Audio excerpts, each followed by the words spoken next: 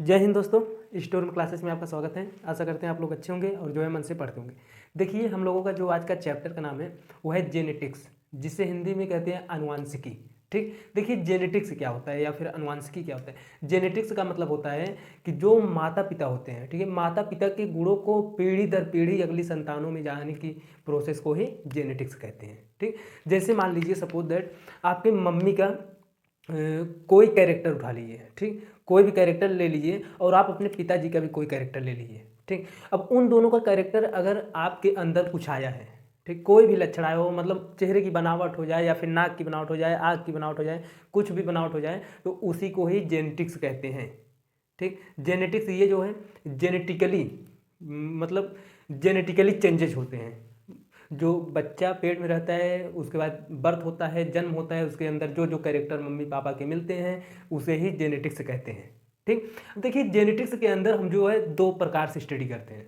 पहला होता है हेरिडिटी। हेरिडिटी का मतलब होता है आनुवांशिकता। आनुवांशिकता का मतलब चलिए समझते हैं। हेरिडिटी का मतलब होता है कि जैसे जो माता पिता का गुण है, गुण कैरेक्टर, वो बच्चों में जाए। ठीक, जो माता पिता का गुण है वो बच्चों में जाए, उसे ही हेरिडिटी कहते हैं, कैरेक्टर कहते हैं। और दूसरा होता है इसमें वेरिएशन।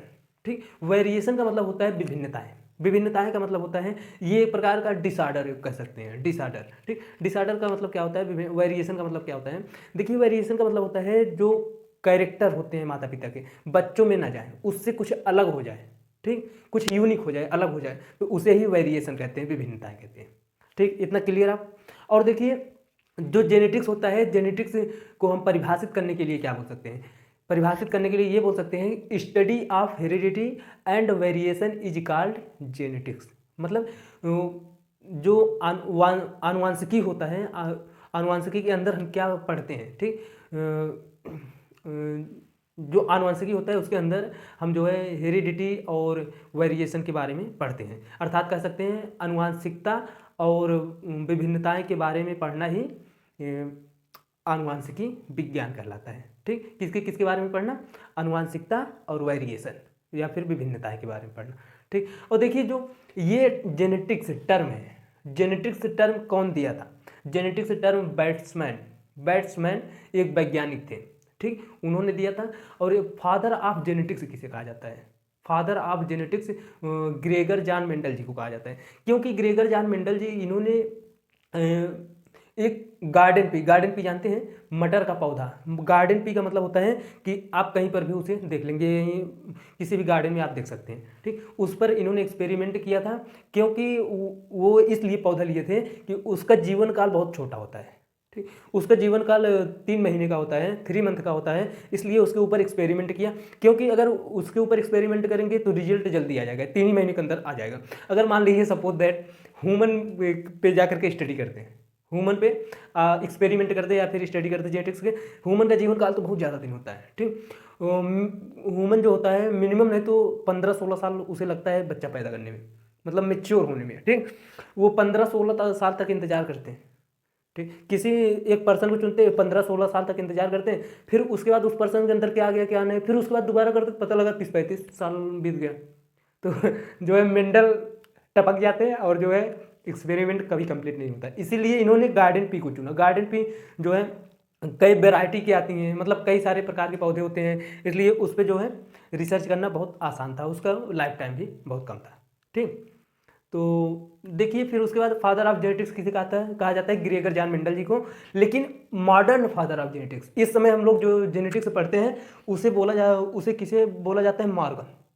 मार्गन एक वैज्ञानिक है, मार्गन। ठीक, उन्हें बोला जाता है। अब मार्गन भाई इन्होंने, और इन्हें एक और बोला जाता है experimental genetics, father of experimental genetics. इन्होंने एक ड्रोसोफिला, ड्रासोफिला जानते हैं, ड्रासोफिला होता है फ्रूट फ्लाई, जो मतलब फलों पे मधुमक्खी नहीं पाया जाता है, उसी को ही ड्रासोफिला कहते हैं। उसी के ऊपर इन्होंने जो है अपना एक्सपेरिमेंट किया था। ठीक, और तो चलिए एक एक पॉइंट करके इसका हम देखते हैं, फिर उसके बाद समझते हैं क्या होता है। ठीक, देखिए जो जेनेटिक्स होता है, आनुवंशिकी होता है, ये इसे क्या बोलते हैं, study of heredity and variation is called genetics. Heredity का हिंदी होता है, हेरिडिटी का हिंदी क्या होता है भाई? आनुवंशिकता, आनुवंशिकता, आनुवंशिकता, ठीक, आनुवंशिकता। और वेरिएशन का हिंदी क्या होता है? वेरिएशन का हिंदी होता है विभिन्नता, विभिन्नता या फिर विभिन्नताएं कह सकते हैं। मतलब जिसके अंतर्गत हम आनुवांशिकता और विभिन्नता का स्टडी करते हैं, पढ़ाई करते हैं, उसे आनुवांशिकी कहते हैं, ठीक। अब देखिए, जो टर्म टर्म कौन दिया था? जेनेटिक्स, टर्म जेनेटिक्स, जेनेटिक्स का टर्म कौन दिया था भैया? बेट्समैन, बेट्सन, सॉरी, बेट्सन, BATESON, बेट्सन, ठीक। अब फादर ऑफ जेनेटिक्स किसे कहा जाता है? Gregor John Mendel, Gregor John Mendel. इन्होंने किस पर मतलब अपना स्टडी किया था? गार्डन पी, गार्डन पी के ऊपर, ठीक। ये लिखे नहीं है, लिख दें क्या है यहाँ पे? देखिए, गार्डन पी, पी,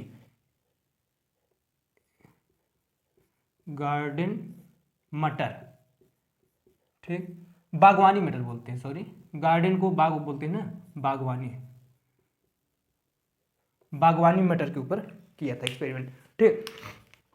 और देखिए, अगर पूछ ले father of modern genetics, father of modern genetics किसे कहते हैं? अगर क्वेश्चन में आ जाए कि आधुनिक आनुवंशिकी के पिता किसे कहा जाता है, और ऑप्शन में अगर दे दे मेंडल, बेट्सन और मार्गन, ठीक, तो उस कंडीशन में हम जो है सबसे पहले मार्गन को प्रीफर करेंगे, उसके बाद बेट्सन को प्रीफर करेंगे, फिर मेंडल को प्रीफर करेंगे, ठीक। अगर ऑप्शन में मेंडल ना रहे, बेट्समैन और मार्गन दिए रहे, तो सबसे पहले मार्गन को प्रीफर करेंगे, उसके बाद बेट्सन को प्रीफर करेंगे, ठीक। और अगर भैया अगर न कोई एक रहे या फिर मेंडल रहे, ये दोनों ना रहे, तो मेंडल को ही लगा देंगे। अगर बेट्सन रहे और ये दोनों ना रहे, तो बेट्सन को लगा देंगे। और अगर मार्गन रहे, ये दोनों ना रहे, तो मार्गन को टिक कर देंगे, ठीक। इतना क्लियर। अब देखिए, जो मार्गन थे भाई साहब, मार्गन को किसे क्या कहा जाता है? Father of experimental genetics. इन्हें एक्सपेरिमेंटल जेनेटिक्स कहा जाता है क्योंकि इन्होंने एक्सपेरिमेंट किया था ड्रासोफिला पर, ड्रासोफिला पर। ड्रासोफिला क्या होता है? फ्रूट फ्लाई, फ्रूट फ्लाई का मतलब होता है जो फलों पर मधुमक्खियाँ होती हैं, ठीक। अब देखिए, फादर ऑफ यूजेनिक्स, यूजेनिक्स को हिंदी में कहते हैं सुजनक विज्ञान, ठीक। सुजनक विज्ञान का मतलब क्या होता है?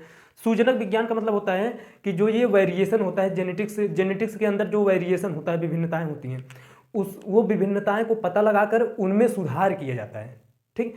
सुधार करने की ही जो स्टडी होता है उसे ही वेरिएशन कहते हैं, या फिर कह सकते हैं study of variation is correct. मतलब जो वेरिएशन होता है जेनेटिक्स के अंदर, उसे करेक्ट मतलब सही करना है कि करने की प्रोसेस को ही यूजेनिक्स कहते हैं, सुजनक विज्ञान कहते हैं, ठीक। अब देखिए, फादर ऑफ यूजेनिक्स किसे कहा जाता है? Galton, Galton, Galton, GALTON, Galton. अब देखिए, फादर ऑफ ह्यूमन जेनेटिक्स। अब भैया ये तब तो जेनेटिक्स हो गया, चाहे आप जिस पर भी अप्लाई कीजिए, ठीक, कोई भी ऑर्गेनिक पर अप्लाई कीजिए, लेकिन हम लोगों के ऊपर जो बढ़िया से स्टडी की वो कौन थे? ह्यूमन का मतलब होता है मनुष्य के ऊपर, ठीक। Father of human genetics Garrod, Garrod, GARROD। अगर पूछ रहे क्वेश्चन में अगर दे दें फादर ऑफ ह्यूमन जेनेटिक्स किसे कहा जाता है, ऑप्शन में दे दे गैरेड और उसके बाद बेट्सन, मार्गन, मेंडल, तो आप गैरेड को लगाएंगे, ठीक। क्लियर इतना बात? तो चलिए चलिए देखिए, इसके अंदर जो है कुछ टर्म यूज किया जाएगा, ठीक। ये जो जेनेटिक्स होता है, जेनेटिक्स के अंदर कुछ टर्म यूज किया जाता है, वो टर्म क्या है उसके बारे में देख लेते हैं, फिर उसके बाद हम लोग देखेंगे इस चैप्टर के अंतर्गत हमें क्या क्या पढ़ना है, क्या क्या नहीं पढ़ना है, ठीक। देखिए बेटा, सबसे पहले हेरिडिटी या यूज होगा। हेरिडिटी का मतलब होता है अनुवांशिकता। अनुवांशिकता का मतलब होता है जो माता पिता के गुण होते हैं वो बच्चों में जाते हैं, उन्हें ही अनुवांशिकता कहते हैं। फिर वेरिएशन पढ़ेंगे। वेरिएशन का मतलब होता है जो विभिन्नता। विभिन्नता का मतलब होता है जो बच्चों में माता पिता के गुण ना दिखे, कोई दूसरा गुण दिखे, ठीक है, या फिर उनके अंदर कुछ डिसऑर्डर हो जाए, उसे ही वेरिएशन कहते हैं, जो है विभिन्नता कहते हैं, ठीक। उसके बाद देखिए ऑफ स्प्रिंग। ऑफ स्प्रिंग का मतलब होता है कि जो माता पिता होते हैं, मम्मी पापा होते हैं, उनसे जितने भी बच्चे होते हैं, ठीक, बच्चे, चाइल्ड, उसे ही ऑफ स्प्रिंग कहते हैं, ठीक। अब सिबलिंग का मतलब क्या होता है? देखिए, सिबलिंग का मतलब होता है समजात। समजात का मतलब होता है कि मम्मी पापा एक ही रहेंगे, उनसे चाहे जितने भी बच्चे मतलब बच्चे हों, उनके चाहे जितने भी बच्चे हों, चाहे 2 4 6, मान लीजिए 2 बेटा है 3 बिटियां हैं, तो उन्हें ही सिबलिंग कहते हैं। मतलब एक ही जाति से ये इतने बच्चे हुए हैं, ठीक। एक ही मम्मी पापा से इतने बच्चे हुए हैं, उन्हें सिबलिंग कहते हैं, ठीक। अब देखिए ट्विंस, ट्विंस का मतलब होता है जुड़वा, जुड़वा का मतलब होता है एक साथ दो बच्चे का जन्म, ठीक, पेट में एक साथ दो बच्चे का जन्म। अब जीन, जीन का मतलब क्या होता है, जीन का मतलब होता है कि जो आनुवांशिकी पदार्थ होता है, ठीक है, जेनेटिक्स। अब जेनेटिक्स के अंदर का जो कैरेक्टर होता है, कैरेक्टर, जैसे मान लीजिए एक जीन हुआ, ये जैसे एक डीएनए हुआ, ठीक। अब ये डीएनए यहाँ पे ये इतना वाला सीक्वेंस जो है ये अब बता रहा है कि बाल का कलर काला होगा, ठीक, बाल का कलर काला होगा, तो यही जो बाल का कलर काला होगा यही इतना कैरेक्टर जीन कहलाता है, ठीक, जीन कहलाता है, जो एक एक कैरेक्टर रिप्रेजेंट करता है। और मान लो अगर यहाँ पे दे दिया, हाँ भैया जो है आँख का जो है ब्राउन है, तो आँख का ब्राउन वाला जीन ये हो गया, ठीक। और यहाँ पे दे दिया जाए जो है आदमी लंबा है, आदमी का लंबाई वाला जीन ये है। देखिए सभी मानव में सबका जीन सेम नहीं होता, ठीक, सबका जीन अलग अलग होता है, चाहे आप जिसके बारे में देख लेंगे सबका कैरेक्टर अलग अलग होता है, कभी मैच नहीं करता। इसलिए आप जब फिंगर प्रिंटिंग के बारे में सुने होंगे, डीएनए फिंगर प्रिंटिंग, जैसे मान लीजिए सपोज दैट किसी का रेप उप हुआ, ठीक, उस कंडीशन में क्या करते हैं कि डीएनए टेस्ट होता है। डीएनए टेस्ट में क्या करते हैं कि जिसका मतलब मान लीजिए किसी महिला का रेप हुआ, ठीक, उस महिला को का जो है वजाइना से सलाइवा लिया जाएगा, ठीक, फिर उसके बाद उसमें सबसे पहले देखा जाएगा फ्रक्टोज शुगर है कि नहीं। अगर फ्रक्टोज शुगर पाया जाए तो कन्फर्म हो गया उसका रेप हुआ है, ठीक, इतना तो कन्फर्म हो गया उसका रेप हुआ है। अगर फ्रक्टोज शुगर नहीं पाया जा रहा है तो इसका मतलब उसका रेप नहीं हुआ, क्योंकि ये जो फ्रक्टोज शुगर होता है ना, ये ह्यूमन के ही जो मतलब स्पर्म होता है, ह्यूमन का जो सीमेन होता है, सीमेन में जो है एक प्रकार का फ्रक्टोज शुगर पाया जाता है, ठीक, और किसी भी एनिमल के अंदर नहीं पाया जाता है, तो इससे कंफर्म हो जाता है ह्यूमन ने उसका रेप किया है, ठीक। तो उस कंडीशन में क्या करते हैं कि जब उसका टेस्ट करेंगे तो जैसे सीमेन गया रहेगा तो सीमेन से पता चलेगा हाँ ये मतलब कैरेक्टर है, तो उसके बाद उसका खुद टेस्ट करेंगे, ब्लड लेंगे आदमी का और दोनों का कैरेक्टर मिलाएंगे। अगर पता चला हाँ इसका जो है ये जो है इस चीज़ के लिए रिस्पॉन्सिबल है और ये वाला इसी भी चीज़ के लिए रिस्पॉन्सिबल है, दोनों मिल रहा है, तो इसका मतलब यही किया है, ठीक। और अगर नहीं मिला तो नहीं किया है, बहुत मतलब किया जाता है, तामझाम होता है उस कंडीशन में। तो जीन समझ में आ गया। अब देखिए भाई जीनोटाइप और फिनोटाइप क्या होता है। जीनोटाइप का मतलब होता है जेनेटिकली सेम, जेनेटिकली सेम का मतलब होता है जैसे ये दो डीएनए हुआ, ठीक, उसके बाद ये वाला आपको क्या दिखा रहा है, ये दिखा रहा है आँख का कलर मान लो ब्राउन है, ठीक, ये आँख का कलर जो ब्राउन हुआ वो अंदर से जो जेनेटिक्स जीन चेंज कर रहा है, मान लो एक आदमी और हुआ, ये दूसरा आदमी हुआ, इसका भी आँख का कलर ब्राउन है।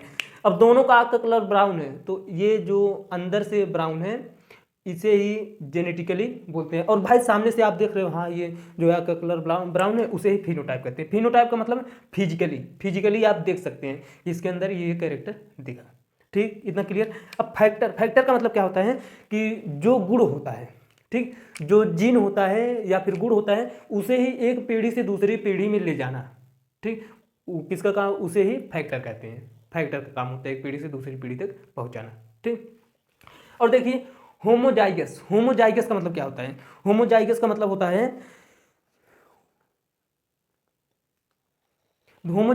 होता है जैसे ये देखिए हम बताए ना, ये फैक्टर है, फैक्टर मान लीजिए ये आँख का कलर ब्राउन है, ये ब्राउन है, ठीक, ये दोनों कारक सेम है, ठीक। तो उसके बाद इसे ही होमो का मतलब होता है सम, ठीक, सम है। तो और हेट्रोजाइगस का मतलब होता है विषम, मतलब दोनों कारक सेम ना हो। जब दोनों कारक सेम होते हैं उसे होमोजाइगस कहते हैं, और जब दोनों कारक सेम नहीं होते हैं उसे हेट्रोजाइगस कहते हैं। होमोजाइगस को हिंदी में कहते हैं समयुग्मी। होमोजाइगस को हिंदी में क्या कहते हैं, समयुग्मी, ठीक। और हेट्रोजाइगस को हिंदी में कहते हैं विषम युग्मी,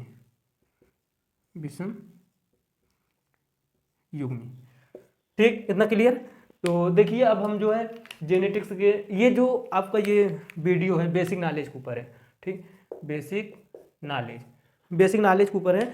अगला वीडियो से जो है मेन चीज़ स्टार्ट होगा। देखिए बेसिक नॉलेज हम कोई भी चैप्टर स्टार्ट करते हैं, ठीक, तो उसका सबसे पहले बेसिक नॉलेज का वीडियो बनाते हैं। बेसिक नॉलेज का मतलब होता है उसके बारे में कुछ जानते हैं, उस चैप्टर के बारे में क्या कुछ पढ़ते हैं, और उसके बाद फिर देखते हैं उस चैप्टर में क्या क्या इंपॉर्टेंट टर्म यूज होगा, फिर उस चैप्टर के बाद कितने वीडियो में कवर हो जाएगा वो चैप्टर, ठीक। तो आप ऐसा करिए एक स्क्रीनशॉट ले लीजिए और उसके बाद इसके आगे हम क्या क्या पढ़ेंगे इसके बारे में जान लेते हैं, ठीक। ओके, ले लीजिए।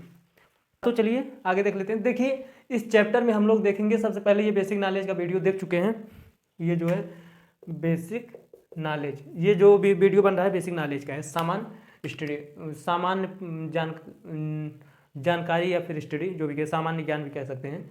ठीक, देखिए बेसिक नॉलेज में क्या होता है, बेसिक नॉलेज में हम जो है आपको क्या पढ़ना है उस चैप्टर के अंदर, क्या नहीं पढ़ना है ये बता देते हैं। ठीक, इसके बाद हम लोग अगले वीडियो में देखेंगे Mendel's law of inheritance. Mendel's law of inheritance को हिंदी में कहते हैं मेंडल के आनुवंशिकता के नियम। ठीक, मेंडल ने आनुवंशिकता का नियम दिए। इन्होंने क्या लिए थे भाई साहब, जैसे देखिए इन्होंने एक मटर का ट्री लिया, मटर का पौधा लिया। ठीक, मटर का पौधे में इन्होंने एक कैरेक्टर चुना। ठीक, एक कैरेक्टर का जो है एक लंबा वाला, एक सबसे हाई वाला चुना, एक सबसे लो वाला। ठीक, इन्होंने जैसे देखिए मटर के ट्री के लिए कैपिटल टी स्मॉल टी। ठीक, इस कैपिटल टी को लंबा बोल दिया। ठीक, लंबा, और इस कैपिटल स्मॉल टी को बौना। ठीक, बौना, और इन दोनों के बीच क्रॉस कराया गया। ठीक, जैसे देखिए इन्होंने ऐसे खाने बनाए।